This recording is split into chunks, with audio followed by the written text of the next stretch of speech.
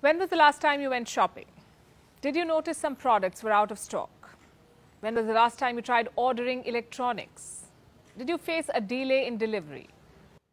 Why do you think that's happening?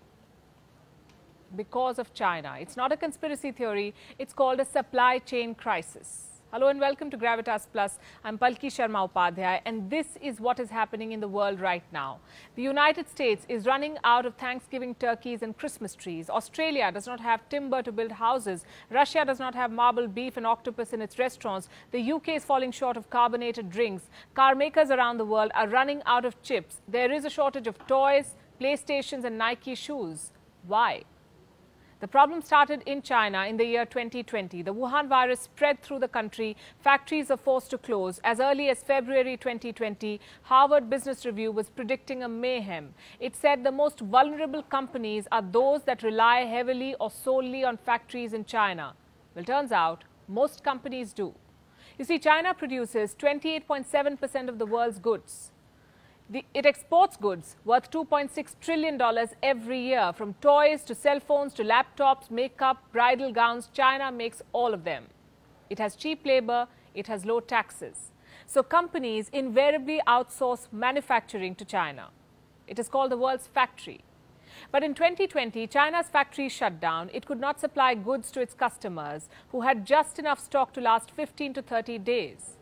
Then they fell short of supplies. On the 14th of February 2020, Fiat Chrysler Automobiles announced it is temporarily halting production at a car manufacturing factory in Serbia because it cannot get parts from China. Hyundai had to stop plants in Korea because of quote-unquote disruptions in the supply of parts resulting from coronavirus outbreak in China. This virus soon spread, overwhelming one country after another. Factory workers became sick or had to quarantine. Production came to a halt. What happened next? A global supply chain crisis. And to understand this crisis, we must understand what a supply chain is. A supply chain is a network that helps in getting a product from point A to point B. So point A is the factory, the place where the product is made. Point B is the retailer, the place from where you buy the product. Now, getting a product from point A to point B sounds simple. It's not. Take your iPhone, for example. Where do you think it's made? China? Well, yes, it says it's made in China, but China is just one stop along the process. Your iPhone is basically assembled in China. Its parts, the parts that China assembles, come from around the world. 43 countries to be specific. So you could say your iPhone is made in 43 countries. The chips come from Taiwan, the DRAM comes from South Korea, the boxes your phones come in are from the Czech Republic. And you'll be surprised to learn that Apple does not even oversee this manufacturing process. Foxconn does.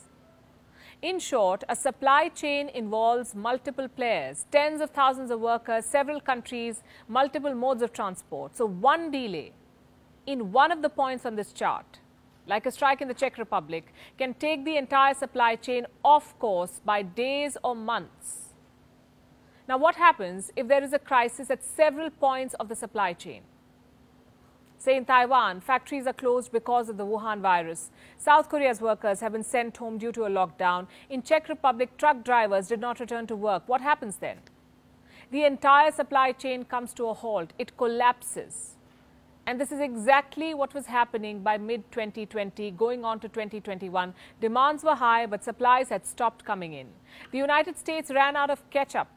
The United Kingdom ran out of milkshakes at McDonald's. Things got worse in the last few months when countries began reopening. People began going out again, making up for the year-long halt in shopping, checking things off their shopping list. They even began buying things that they wouldn't have bought had there not been work from home and social distancing, like home workstations, laptop tables, spare laptops, smartphones.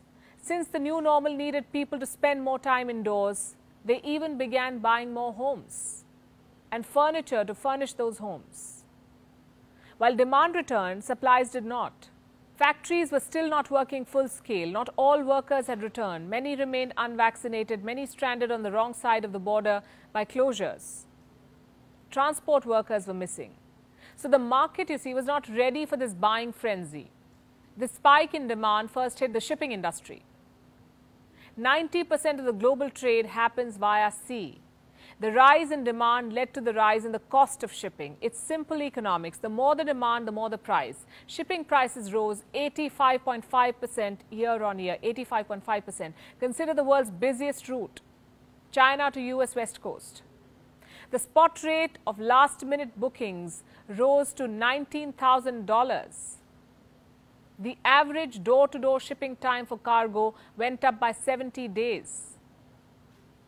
And ports became overwhelmed with incoming vessels. As we speak, there are billions of dollars of goods stranded off the US coast, but there aren't enough resources to unload those supplies. With cargo containers stranded mid-sea, ports fell short of boxes. Who makes these boxes? The story comes back to China. It is October 2021, and the world needs more containers, but China's factories are closed again. In 2020, when the world needed masks and PPE kits, Chinese factories were closed because of the Wuhan virus. Now, when the world needs other supplies, Chinese factories are closing again, this time because of electricity shortage. China is running out of coal stock, prices have skyrocketed, and power plants are reluctant to buy more coal, so power supply has stopped to factories. Estimates say at least 44% of China's industrial activity has been affected by power cuts. The world's factory has stopped working for the second time in 2 years. You see, cheap labor is good, low taxes are good for business too. But what global supply chains need is reliability. 19 years ago, China was hit by a SARS epidemic. Back then, China accounted for 4.3% of the world's GDP. When the Wuhan virus hit, China accounted for 16% of the global GDP. It had grown fourfold, placed itself at the center of numerous supply chains, and set the stage for a supply chain collapse. Now, as India prepares for Diwali, many parents may not be able to give their children a toy of their choice. America will not have enough Christmas trees to light this December. In the United Kingdom, stores have already warned customers that come Christmas, stocks will be limited and discounts bare minimum. Our supply chains are collapsing. And to be fair, China alone is not to be blamed for this. Lack of alternatives, lack of prediction and preparedness. The virus from China closed factories, but the world suffered because it had not invested in alternatives. The virus from China sent the UK's drivers and farm labourers packing, but Britain paid the price for over-reliance on European labour. The virus from China put American workers out of jobs, but America's botched-up unemployment benefits are keeping them from returning to work. Supplies are running out because ports are not prepared to handle increased traffic. Australia is not being able to build houses because it does not have alternative timber sources. China is the story's villain, but it's not the only one. Look at Russia. It is gloating as the United Kingdom runs out of fuel and Europe runs out of gas. Over-dependence on any country is a bad idea. It leaves scope for weaponizing supply chains, arm-twisting nations. The supply chain crisis has taught us that it's time to rethink and re-evaluate global partnerships, create new alliances like the Quad, which aims to create alternative supply chains.